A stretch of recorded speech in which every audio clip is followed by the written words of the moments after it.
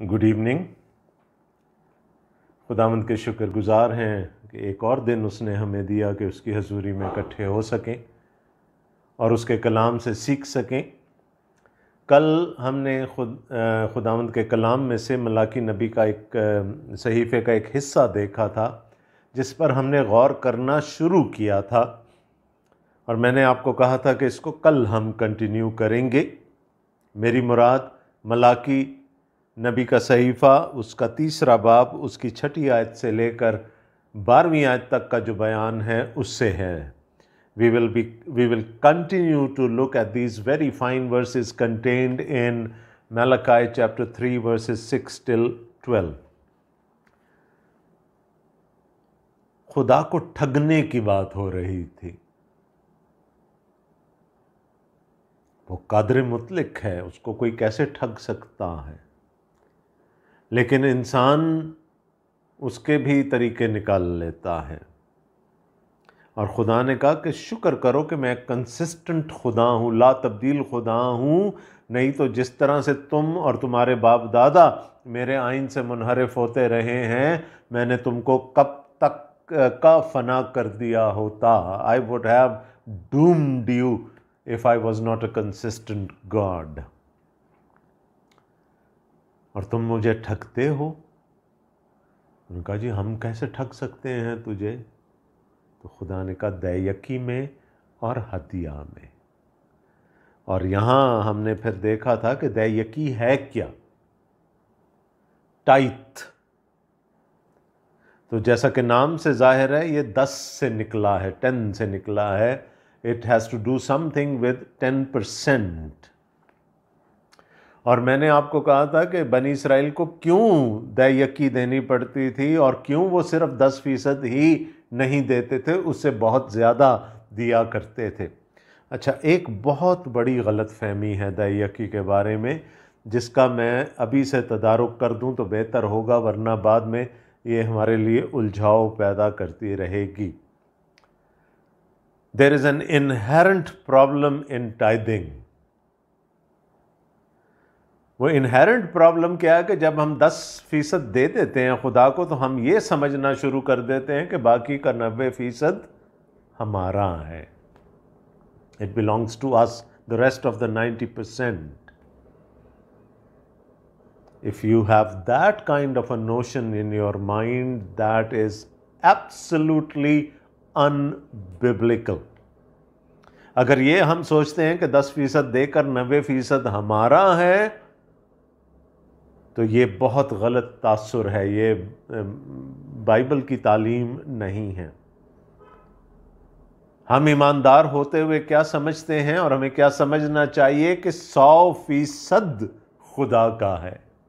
ये तो उसका रहम है कि वो हमसे सिर्फ 10% का मुतालबा कर रहा है और वो बाकी हमें अपने आप पर लगाने की इजाज़त दे रहा। Everything belongs to him. He is the sovereign God। तो ये गलतफहमी जहन में ना रखिएगा कि 10% देकर मैं हर जिम्मेदारी से आज़ाद हो गया, क्योंकि अब जो 90% बचा है वो तो सिर्फ मेरा है। मैंने आपको कहा था कि बनी इसराइल का उस ज़मीन के साथ बड़ा गहरा रिश्ता है। वो मुसल्लस, जो ट्रायंगल मैंने आपको बताया था, जहाँ पर खुदा ऊपर है, उसके लोग नीचे हैं, और साथ में वो ज़मीन है जिसका खुदा ने वादा किया था। और खुदा ने कहा था कि इस ज़मीन की सारी प्रोड्यूस का 10% तुम लावी के कबीले को दे देना। That was the Levitical tithe.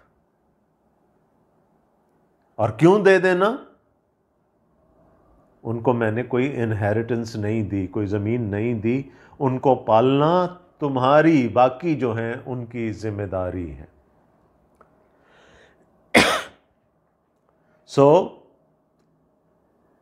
ये तो हो गई लेविटिकल टाइथ। और फिर उस 10% में से जो बनी इसराइल का 10% होता था, काहिन अपनी दैयकी निकाल कर खुदा के ज़ख़ीरा खाना में लाया करते थे। उसके बाद जब वो ईदों पर आते थे तो खुदा ने कहा 10% फिर तुम अपने ऊपर लगाना, जो तुम फेस्टिविटीज़ करोगे, जब यरूशलेम में आओगे, मेरी हजूरी में आओगे, तो वहाँ जो खाओ पियोगे और पार्टी करोगे, तो 10% उसके लिए है। और फिर हर तीसरे साल मैंने आपको बताया था कि वो गरीबों के लिए, मोहताजों के लिए, बेवाओं और यतीमों के लिए दय यकी निकालते थे। तो इस तरह 20% से ऊपर जाकर बात ख़त्म होती थी। इसके अलावा पहले फलों की ईद होती थी, और जब भी वो खुदावंद की हजूरी में आते थे पहले फल लेकर आया करते थे। तो 10% पे आकर अगर हमारी सुई अटक जाती है तो अगेन दैट इज ऑल्सो अनबिब्लिकल।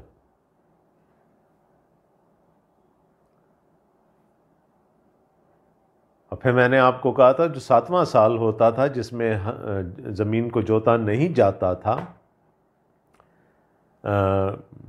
उसको आज़ाद छोड़ दिया जाता था, रेस्ट करने दिया जाता था, तो उस साल ज़ाहिर है फिर दय यकी भी नहीं दी जाती होगी, क्योंकि उन्होंने ज़मीन का हासिल नहीं लिया है। मैंने आपको ये भी बताया था कि जब जब वो उस मऊदा मुल्क से बाहर रहे और जो जो कोई उस मऊदा मुल्क से बाहर रहा वो दय यकी नहीं देता रहा। आज भी दय यकी नहीं है, इसलिए कि कहानत नहीं है। किसको दी जाएगी दय यकी? खुदा का हुक्म क्या था कि लावी को, बनी लावी को दी जाएगी दय यकी। सो वो उस कौम के साथ, उस ज़मीन के साथ और उस अहद के साथ जो खुदा ने उनके साथ किया था, उनके बाप दादा से किया था, दय यकी का ताल्लुक डायरेक्टली उसके साथ था। और मैंने कल आपको बताया था कि नए अहदनामा में देने के तरीके मुख्तलिफ हैं। कहीं पर यस्सु ने नहीं कहा कि दय यकी देनी है, कहीं पर रसूलों ने नहीं कहा कि दय यकी देनी है। असूल मैं आपको बता देता हूँ। यस्सु से सवाल किया गया, क्या कैसर को जिजिया देना रवा है? और ये बड़ा एक बड़ा पॉलिटिकली इंक्लाइंड किस्म का सवाल था कि अगर ये कहेगा हाँ तो यहूदियों को इसके ख़िलाफ़ कर देंगे, कहेगा नहीं तो फिर हम रूमियों को इसके ख़िलाफ़ कर देंगे। यस्सु ने कहा सिक्का दे दो मुझे। जो राजुल वक्त करेंसी थी, उसने कहा वो मुझे एक सिक्का दे दो।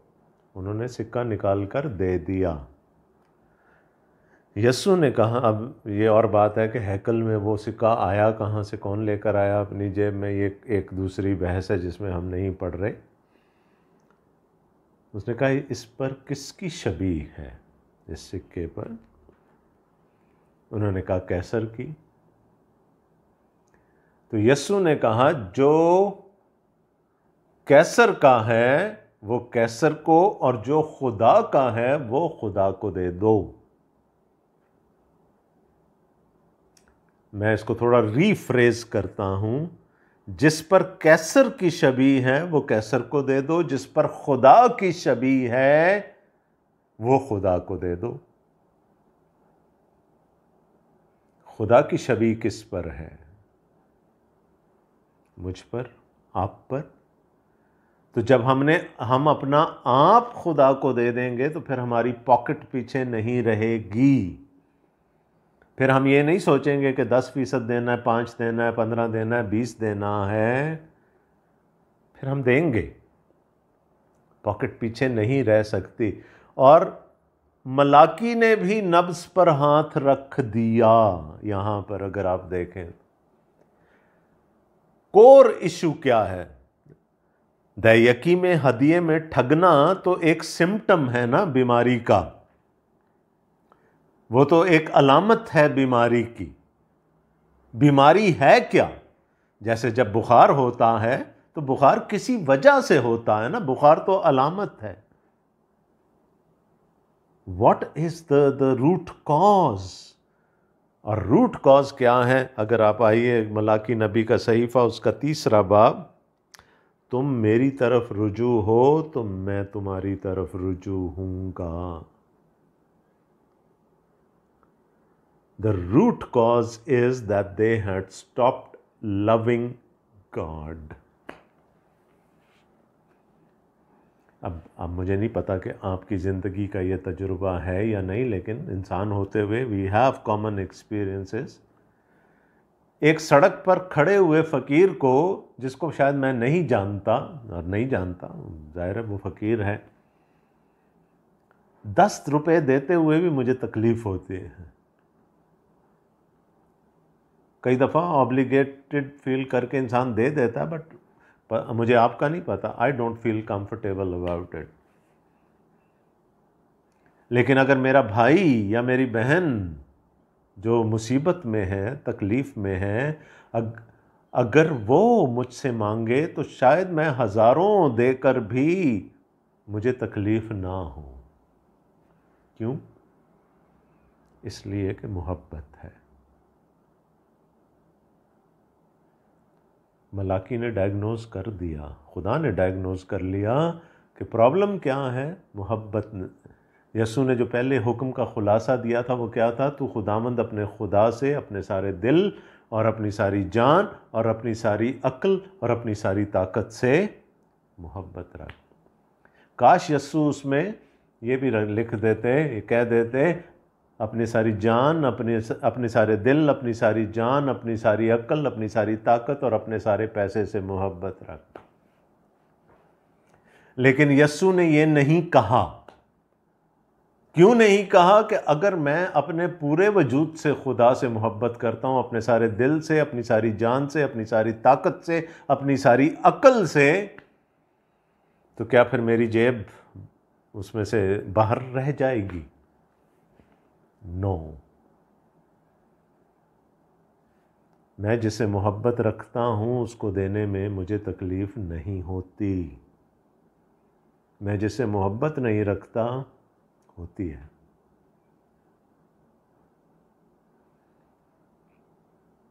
क्या कहा? मेरी तरफ रुजू कर लो। Come back to me, come back to me, start loving me and I would love you. I would come towards you.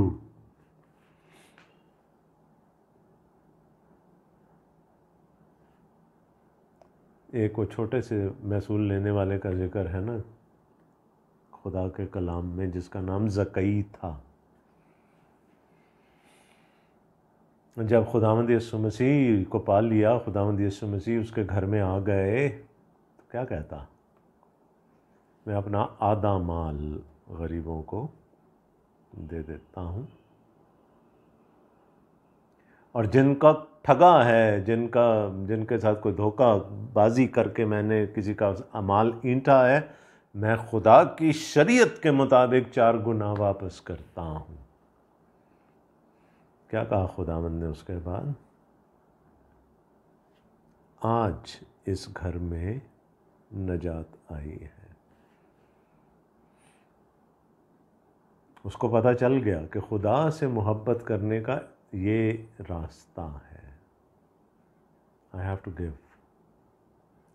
एक अमीर आदमी आया था खुदावंद यीशु के पास और उसने कहा कि मैं क्या करूं कि हमेशा की ज़िंदगी पाऊं। वो बात आगे चलती रही। आखिर में खुदावंद यीशु मसीह ने क्या कहा? अपना सारा माल बेचकर गरीबों को दे दे और मेरे पीछे हो ले, तो तू हमेशा की ज़िंदगी का वारिस बन जाएगा। लिखा है वो अमीर आदमी, चूँकि उसके पास माल की बहुतात थी, he went back with a sad face, depress होके वहाँ से चला गया। खुदावंद यीशु मसीह ने पीछे से आवाज़ नहीं दी उसको कि आजा यार, चल, पूरा ना दे, 10% दे दे, चल ठीक है। Jesus did not compromise on that कि तू 10% दे के बच जाएगा। नो। अजीजों, नए ऐदनामा में as in the old testament 10 यकी नहीं है, 100 यकी है। Everything belongs to God. पौलुस रसूल ने सिखाया करंथस की कलीसिया को, और हम ताज़ा भी वहाँ से होके आए।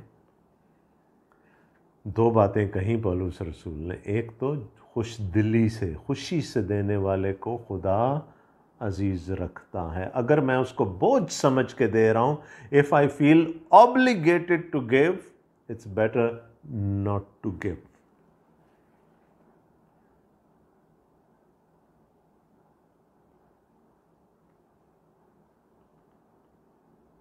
किसी ने एक खुदा के खादिम से पूछा कि जी मैं कितना दूं खुदा को। खादिम ने मुड़कर कहा, तू कितना देना चाहता है? मेरी तरह का खादिम था वो। उसने कहा, तू कितना देना चाहता है? उसने कहा, मैं तो नहीं देना चाहता कुछ भी। उसने कहा, फिर ना दे, क्योंकि तू दे के गुनाहगार ठहरेगा, क्योंकि तू बोझ समझ के देगा। अगर ऐसी बात है तो ना दे। खुदा को तेरे माल पैसे की ज़रूरत नहीं है।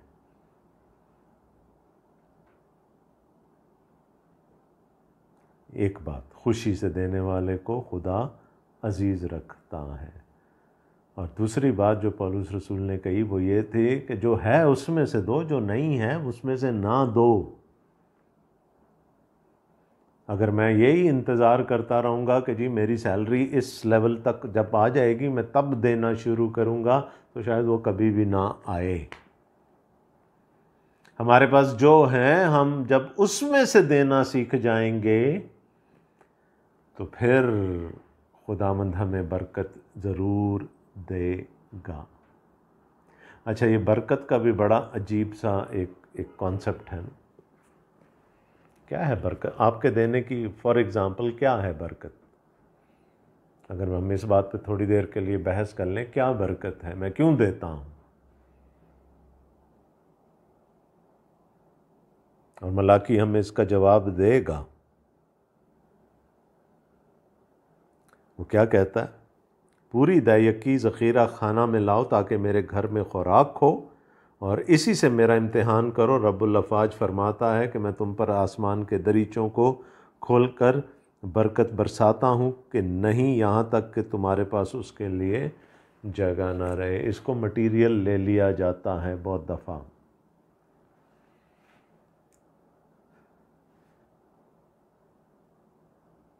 देखें, हम पीछे से ये पढ़ते चले आ रहे हैं कि हमारा प्राइमरी मकसद क्या है। कली या बनी इसराइल का जो फंडामेंटल प्राइमरी बेसिक ऑब्जेक्टिव था वो क्या था, और कलीसिया का प्राइमरी ऑब्जेक्टिव क्या है।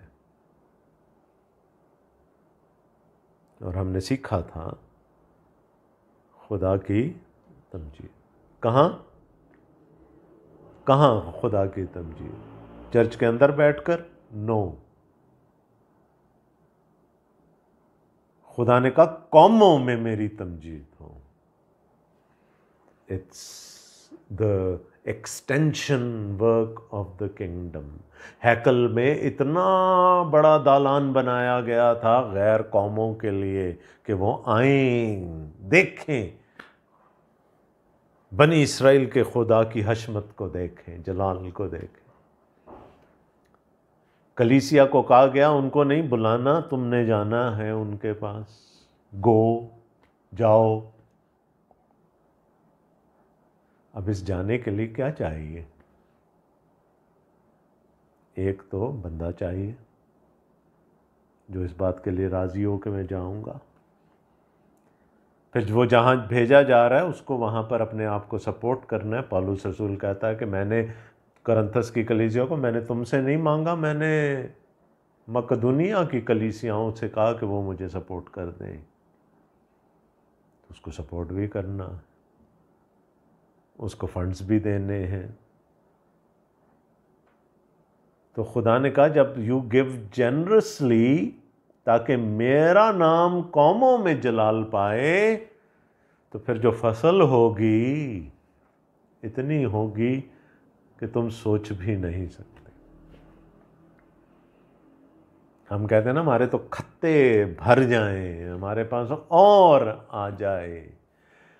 ये जो टेलीवेंजलिस्ट हैं इन्होंने तो, मुझे अल्फाज नहीं मिल रहे, मैं क्या कहूँ कि किस तरह से लोगों की साइकी बिगाड़ दी है। हमारी मिनिस्ट्री को पैसे भेजें, खुदा डबल करके दे देगा। तो अगर खुदा ने देने से डबल करने हैं तो आप क्यों नहीं कह देते कि जी हम आपको इतने इतने पैसे दे रहे हैं, खुदा हमें डबल करके दे देगा। नो।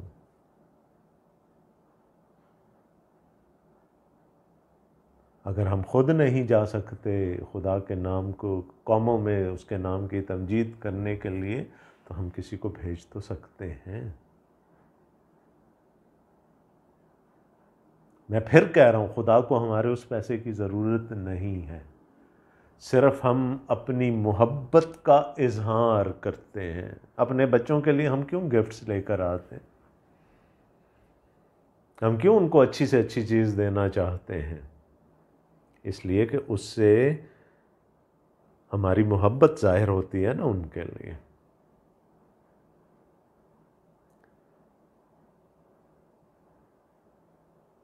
लेकिन ये जो इस किस्म का मांगना है, ये लालच पर, लालच क्या है?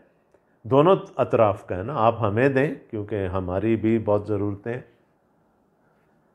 और आपको दुगना मिल जाएगा। आप भी लालच में गिरफ्तार हो जाएं तो अजीज़ों, खुदा कहता है कि लालच बुत परस्ती के बराबर है। ये खुदा का कलाम कहता। तो जिस चीज़ की बेसिस ही लालच पर होगी, वो कैसे खुदा के कलाम के मुताबिक हो सकता है? और यहाँ पर एक बड़ी अजीब सी बात है, ऐसा खुदा करता नहीं है कभी, ना उसने कलाम में कभी किया। क्या कह रहा है वो? पूरी दयकी ज़ख़ीरा खाना में लाओ ताकि मेरे घर में खुराक हो और इसी से मेरा इम्तिहान। God is challenging them. God is challenging them. This is a dare. खुदा ये पसंद ही नहीं करता कि उसको आजमाया जाए। वो तुम्हारे बाप दादा ने जो मसा में किया था मरीबा के दिन, है ना, मुझे अभी तक याद है। ज़बूर 95 में वो कहता, I do not like being tested. लेकिन यहाँ वो कह रहा है कि ठीक है, करके देख लो, टेस्ट करके देख लो मुझे। और यहाँ पर 15वीं आयत में देखें, जो हमारा कल का हिस्सा है, मलाकी 3 बाब और 15 आयत, मलाकी 3:15। और अब हम मगरूरों को नेकबख्त कहते हैं, शरीर बरूमंद होते हैं और खुदा को आजमाने पर भी रिहाई पाते हैं। यहाँ 2 आयतें छोड़कर खुदा कह रहा है मुझे आजमाना नहीं, लेकिन एक चीज़ में वो कह रहा है मुझे आजमा लो,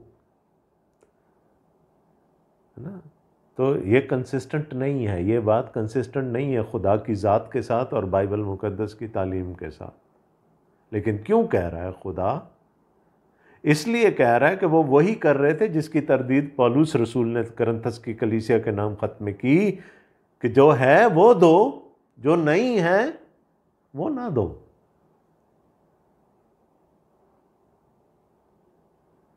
और क्या है तुम्हारे पास? जो ऑलरेडी मैं दे चुका हूँ, उसमें से दो।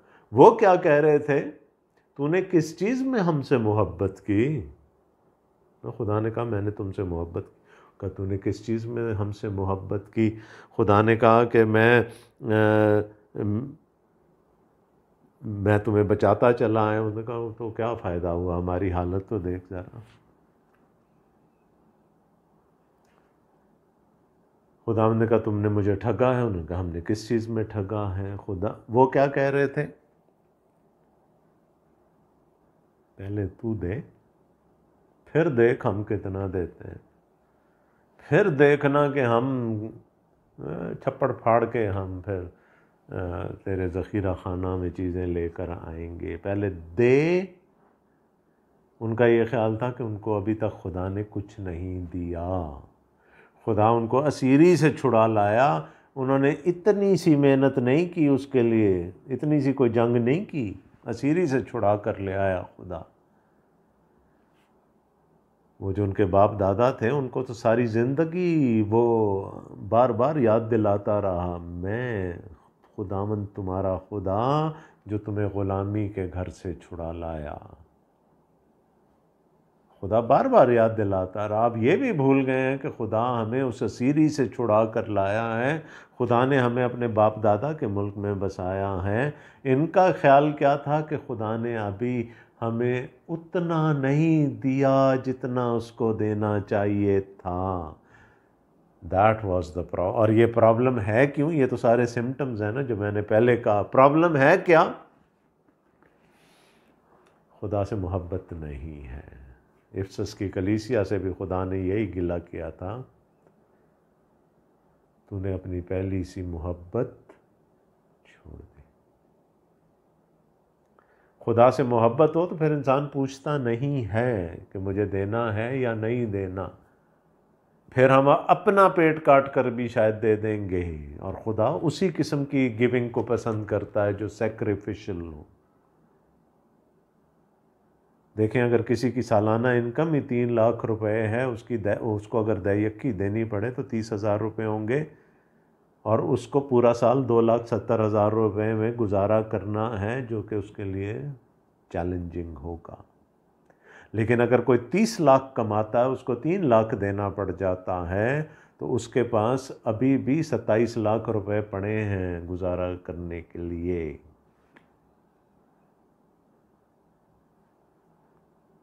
तो खुदा यही कह रहा है कि मैं तुम पर अनड्यू बोझ नहीं डालता, तुम्हारी इनकम के मुताबिक मैंने कोई फिक्स्ड अमाउंट नहीं रखा तुम्हारे लिए, मैंने तो तुम्हारी इनकम के हवाले से तुमसे बात की है।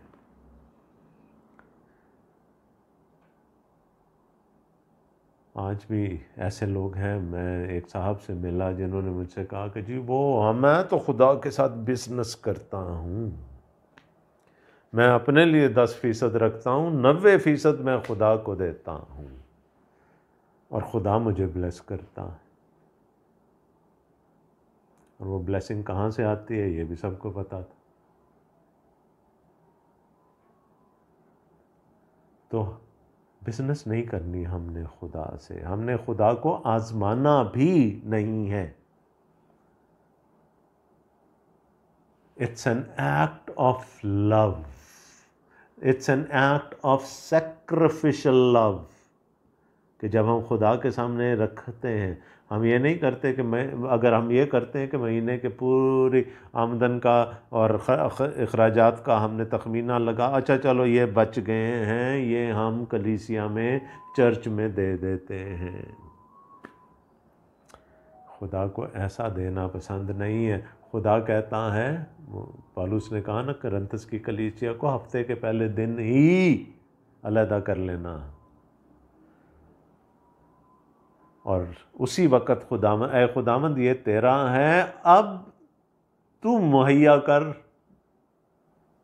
हमें ये फजल दे, हिकमत दे कि जो रह गया है हम उसमें गुजारा कर सकें, और अगर कहीं कोई जायज़ ज़रूरत होगी तो हमारा ईमान है कि तू उसको पूरा कर देगा।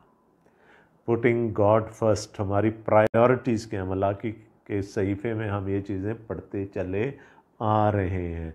उनकी प्रायोरिटीज़ ठीक नहीं थी, उनकी वर्शिप ठीक नहीं थी, और दैयकी जो है, giving is a part of worship. हमारा फिर मैं उसी तरफ मेरा ध्यान चला जाता है। आज जो ये परस्तिश का जो एक अफरीत हमने पाल लिया है ना, हम समझते हैं सिर्फ गाना बजाना इबादत है। नो। और जिनको हम बुलाते हैं परस्तिश लीड करने के लिए, हम जितना उनको देते हैं शायद खुदा के सामने नहीं रखते।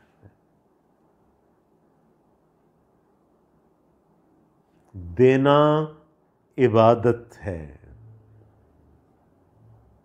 अच्छा, फिर यीशु मसीह ने एक और भी चैलेंज कर दिया, एक और रवैया भी, कि जब तेरा दाहिना हाथ दे तो तेरे बाएं हाथ को पता ना चले कि क्या दिया है।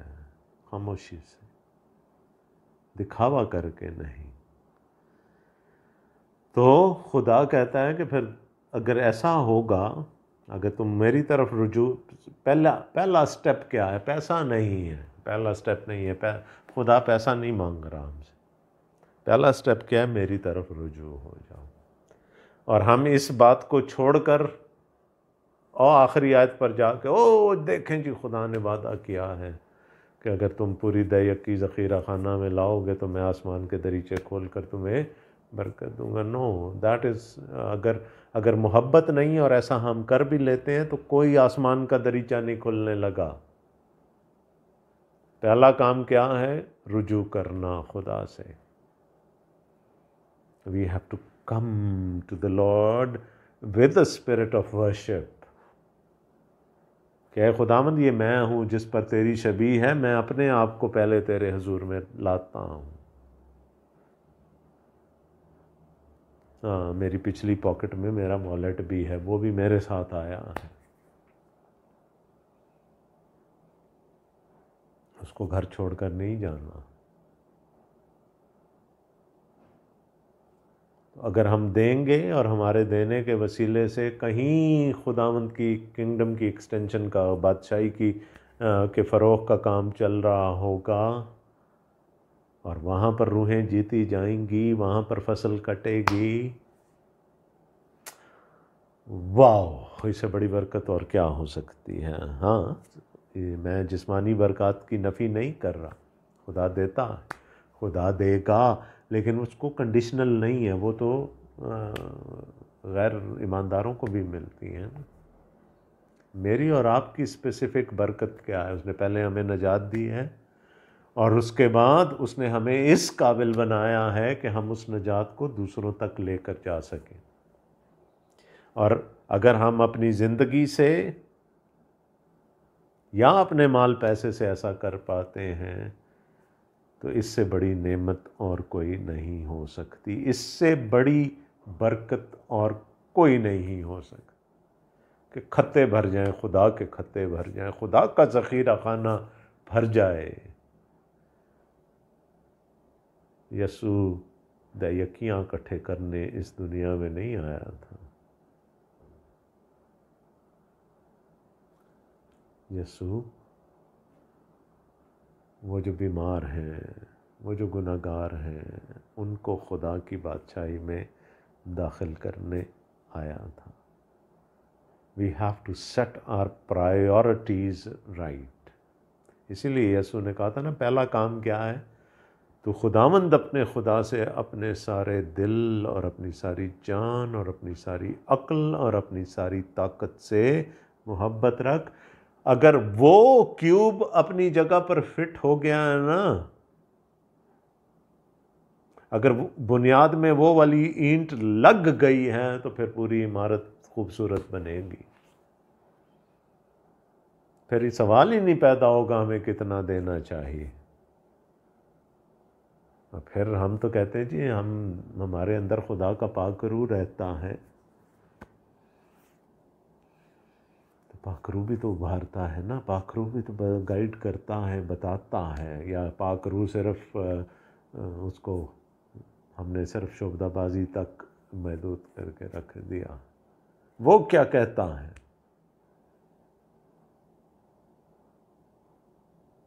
और जब आप मोहब्बत से देंगे तो आपके दिल में तसल्ली भी होगी, इत्मीनान भी होगा, आप कोई बोझ भी नहीं महसूस करेंगे, आपके माथे पर कोई तेवरी भी नहीं आएगी। तो फर्स्ट थिंग्स फर्स्ट,